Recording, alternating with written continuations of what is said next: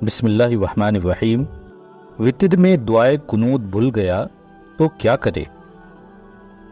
اس صورت میں مسئلہ یہی ہے کہ وہ شخص رکوع میں جانے کے بعد قنوت پڑھنے کے لیے دوبارہ قیام کی طرف نہ لوٹے، بلکہ نماز ادا کر کے اخیر میں سجدہ سہو کر لے۔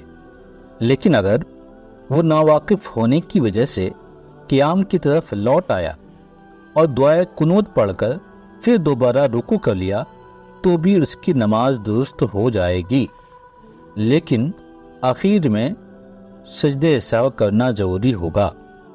عشاء کے ساتھ وتر کی قضا۔ اگر کسی شخص کی عشاء اور وتر چھوٹ گئی تو اس پر فرض اور وتر دونوں کی قضا ضروری ہے، البتہ سنن و نوافل کی قضا نہیں ہے۔ بلا عذر جماعت کی نماز چھوڑ دینا۔ بلا کسی عذر شرعی کے مسجد کی جماعت چھوڑ کر گھر پر نماز پڑھنے کا معمول بنا لینا گناہ ہے۔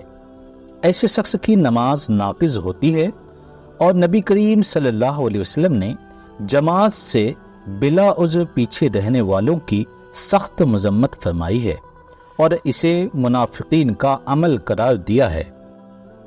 غلط پڑھنے والے امام کی وجہ سے دوسری مسجد میں جماعت پڑھنا۔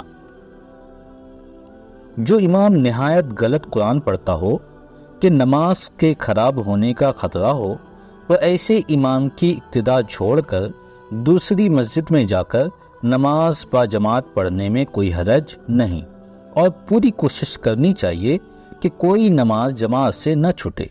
لیکن اگر کوشش کے باوجود کبھی کبھار کوئی جماعت چھوٹ جائے تو انشاءاللہ مواخذہ نہ ہوگا۔ داڑھی منڈوانے والے شخص کی امامت اور اذان۔ داڑھی منڈانے یا کٹانے والے کو امام بنانا مکروہ تحریمی ہے، تاہم اس کی پڑھائی ہوئی نماز واجب الاعادہ نہیں ہے۔ اسی طرح داڑھی نہ رکھنے والے کا اذان دینا بھی مکروہ ہے، لیکن اگر اذان دے دے تو اس کو دہرانے کی ضرورت نہیں ہے۔ بغیر داڑھی کے امام۔ جو لڑکا 15 سال کا ہو گیا ہو اس کو تراویح میں امام بنانا درست ہے، لیکن اگر داڑھی والے امام موجود ہوں تو اس کی امامت زیادہ بہتر ہے۔ محلہ کی مسجد میں اہل محلہ کا جماعت ثانیہ کرنا، یعنی ایک مسجد ہے، اس میں لوگ باری باری آ کر جماعت بناتے ہیں، تو کیا اس طرح کرنا صحیح ہے؟ جواب: محلہ کی مسجد میں اہل محلہ کے لیے جماعت ثانیہ سخت مکروہ ہے، کیونکہ اس سے تقلیل جماعت لازم آتی ہے۔ جماعت ثانیہ کے لیے اذان و تکبیر۔ دوسری مرتبہ جو جماعت ادا کی جا رہی ہے اس کے لیے اذان و اقامت نہیں کہی جائے گی۔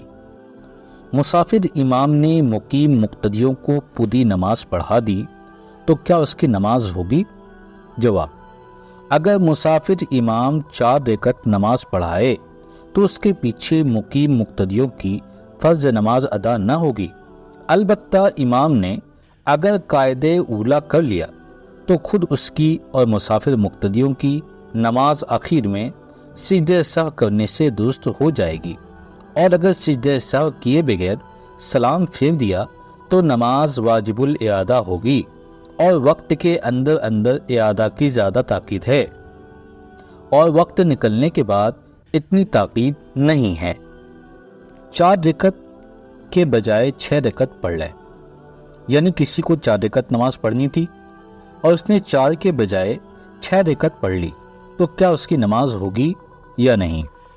جواب: صورت مسئلہ میں اگر قاعدہ کر کے کھڑا ہوا اور پھر 6 رکعت پر سلام پھیرا اور آخر میں سجدہ سہو کر لیا تو 4 رکعت فرض اور 2 نفل ہو گئی، اور اگر چوتھی رکعت پر قاعدہ کے بغیر 6 رکعت پڑھی تو فرض نماز باطل ہو گئی اور یہ سب نفل ہو گئی، فرض دوبارہ پڑھیں گے۔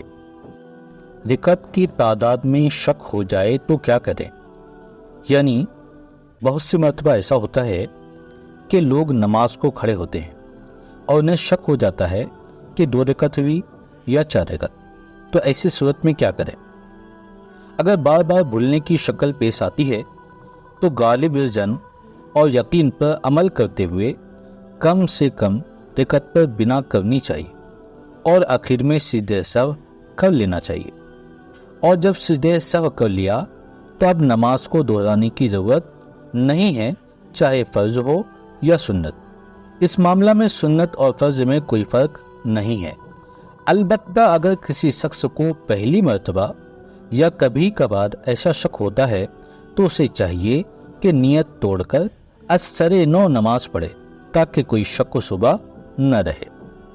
سجدہ سہو میں سہو، یعنی ایک بندے کو سجدہ سہو کرنا تھا لیکن اس میں بھی اس سے بھول ہو جا رہی ہے اور اسے شک ہے کہ اس نے سجدہ کیا ہے یا نہیں، تو اگر سجدہ سہو میں سہو ہو جائے اور غالب گمان یہی ہو کہ سجدہ سہو نہیں کیا ہے تو سجدہ سہو کر کے سلام پھیر دے، اور اگر کسی ایک جانب گمان غالب نہ ہونے پائے تو بہتر ہے کہ نماز کا اعادہ کرے۔ دعائے قنوت میں بھول۔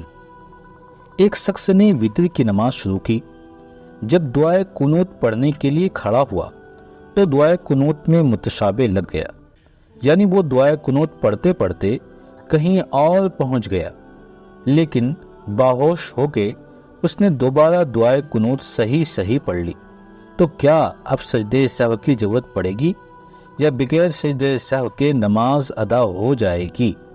جواب: مذکورہ صورت میں چونکہ اس نے دعائے قنوت کو صحیح پڑھ لیا ہے، اس لیے نماز میں کوئی خرابی نہیں آئی اور سجدہ سہو کی ضرورت نہیں۔ آج کے لیے اتنا ہی۔ مزید قسط کے لیے انتظار کیجیے۔ دین کی باتیں دوسروں تک ضرور پہنچائیں۔ جزاکم اللہ خیر۔